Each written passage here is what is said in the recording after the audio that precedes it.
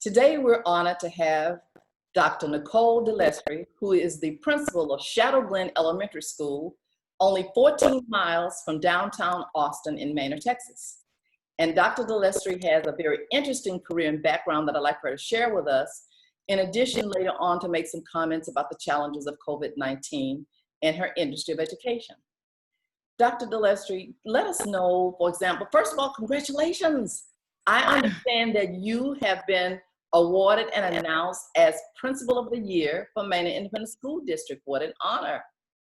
When you Thank you your role and your purposes of what you do as principal, because I know it's more vast than people think they understand, but I'd like to kind of mention what some of your activities are that probably were really why you got selected as Principal of the Year. Okay. I am Dr. Niccole Delestre. I presently serve as the principal of Shadowglen Elementary School here in Manor, Texas, in Manor Independent School District. I've been the principal here for 2 years, and I've actually been in Manor Independent School District for 3 years. And I am happy and proud to serve in the community where I live, because I too am a resident, like Miss Bennett, of Manor.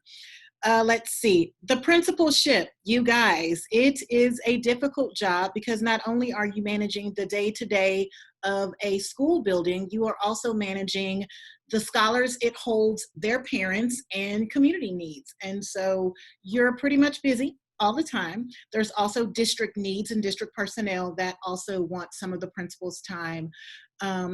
I not only serve as a principal here, but I am also a mentor as a part of Manor Mentor, and I am a contributor and a grant holder, not as in I received a grant, but there is a grant in my name for the Manor Schoolhouse Foundation. So I'm working the community, I live in the community, and I'm a proud member of Manor. Well, I think that is so fabulous. As a matter of fact, Miss Rebecca Lott, the director of Manor School Foundation, really loves the fact that she has such a close relationship with you all as members of the community as well.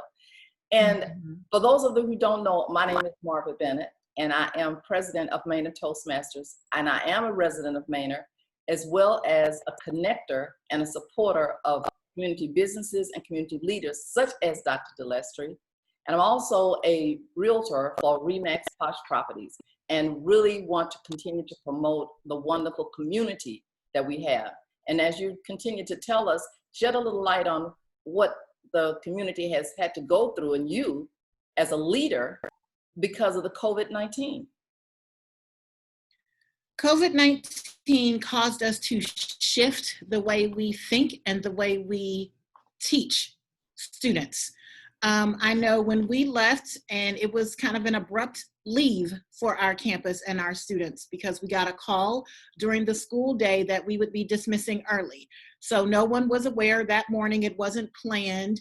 And so we had to rapidly get students together, feed them lunch. Parents were notified. Of course, they started coming right away. So we had to change our dismissal procedures for the day. I think I got about 25 to 30,000 steps that day. But our parents were very understanding, as they always are. They were very patient with us as we had to find students, because our schedule was not our typical schedule. So students weren't where they normally would have been at that time of the day. But again, our parents were so patient. They worked with us. We were able to get everyone out and home safely. And this was on Friday, March 13th. So we have not had physical face-to-face instruction with our students since March. We had to literally overnight go from a face-to-face platform to an online platform, which for some teachers who aren't as technology savvy as others posed some problems, but everyone was able to either set up a Google Classroom or a Seesaw account, or communicate with parents via Class Dojo, at least on a weekly basis, and oftentimes more than that. So we just had to shift the way we think about instruction and what we wanted to put out to our scholars, because we didn't want to overwhelm the kids at home, and we didn't want to overwhelm the parents at home. So we had to make sure that there was a balance of rigorous activities, but not overwhelming amounts of activities. That makes a lot of sense, because it was quite a bit of change even after that day. And, give people a sense of how large and size of your school, because my understanding is, and I live in Shadowglen, that the community has outgrown the school, so to speak. So we are the largest elementary school campus in the district. I think we finished the year with about 670 students, and the capacity of our building is 700. So homes have been popping up all around the campus, and so we will probably continue to enroll students. We will not turn anyone away. Everybody is welcome. Y'all come on to the Glen. We will not turn any students away. We won't turn any families away, and we will have room for them when they arrive, and we will welcome them with open arms. Wow, that is pretty great.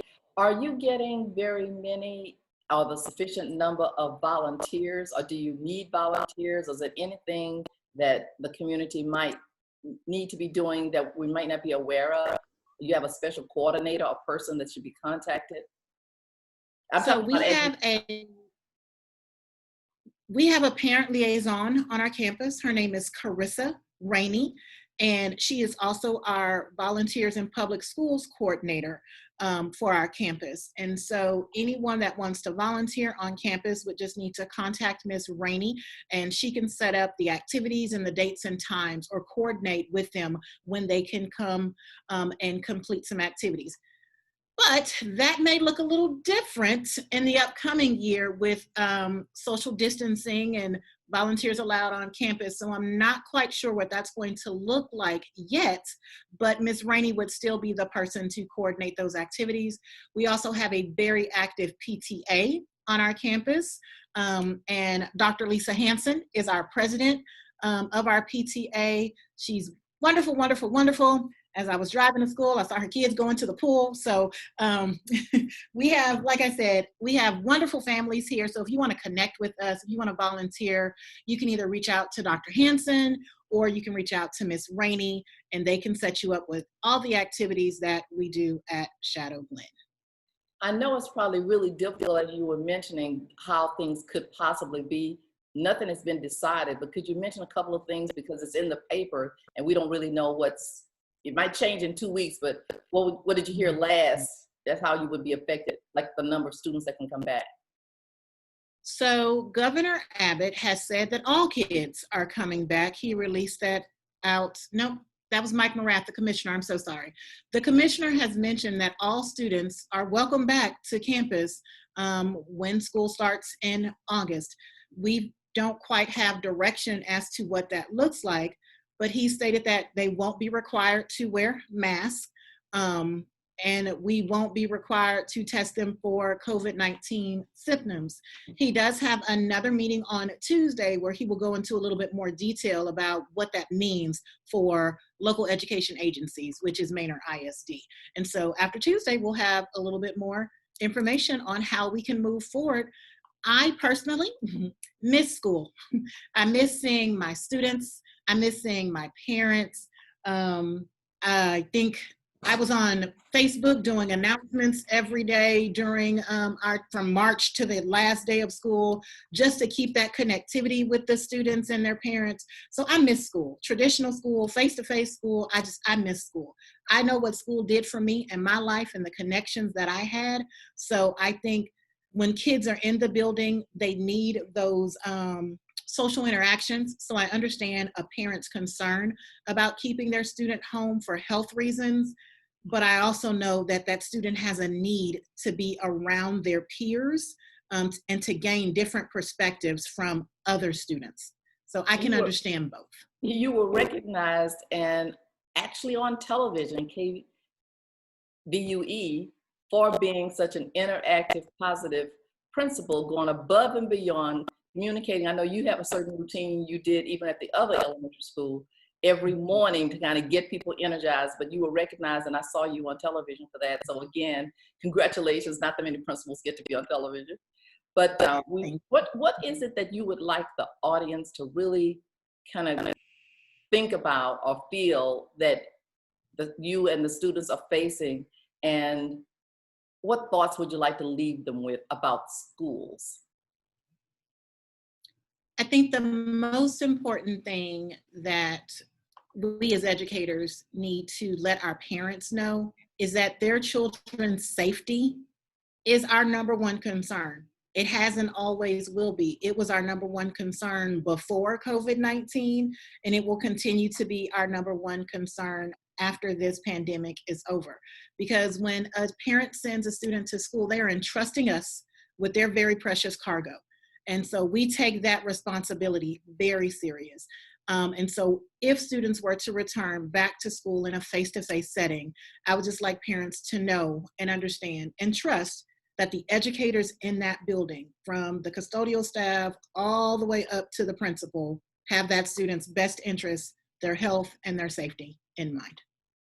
And that, ladies and gentlemen, is spoken from Dr. Niccole Delestre, who was announced as Principal of the Year in Management School District. And we appreciate you and thank you for all you're doing and your wonderful attitude, because as a leader, I know you've spread it to everyone that touches that building. Thank you again and have a great day.